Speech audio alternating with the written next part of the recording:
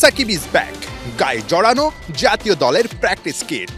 কানপুর টেস্টের পর তবে কি আবারও শুরু করেছেন ফেরার প্রস্তুতি? না, টিম টাইগার্স না, বাংলা টাইগার্সের জার্সিতে আবারও মাঠে ফিরছেন সাকিব। বিদায়ী টেস্ট খেলতে দেশে ফেরার পথে দুবাই থেকেই ফিরে যেতে হয়েছে। উমরা শেষ করে সাকিব এখন আবারও সেই দুবাইতে। আবুধাবি টি10 লিগের প্রস্তুতি শুরু করেছেন পুরো দমে।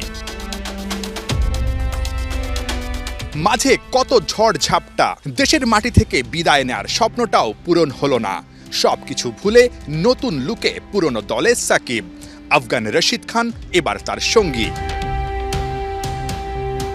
সাকিব যখন দুবাইতে বাংলা টাইগার্সের জার্সিতে মাঠে নামতে প্রস্তুতি নিচ্ছেন জিমে, তখন মিরপুরে চলছিল তার আরেক দল রংপুর রাইডার্সের জার্সি আনভেইলিং। ওয়েস্ট ইন্ডিজের গায়ানায় গ্লোবাল সুপার লিগে রংপুরের হয়ে খেলা হচ্ছে না সাকিবের। ওই সময় সাকিব ব্যস্ত থাকবেন টি10 লিগে বাংলা টাইগার্সের জার্সিতে। রংপুর ক্যাপ্টেন নুরুল হাসান মিস করবেন দেশসেরা অলরাউন্ডারকে।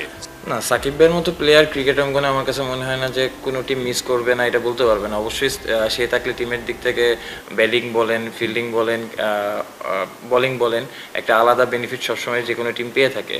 অবশ্যই মিস করবে, বাট আমার কাছে মনে হয় যে এই বছর তো হয়তো তার টি10 খেলা আছে, আমি যতটুকু জানি। সো সে টি10-এ পার্টিসিপেট করতেছে, আমাদের সাথে যাচ্ছে না।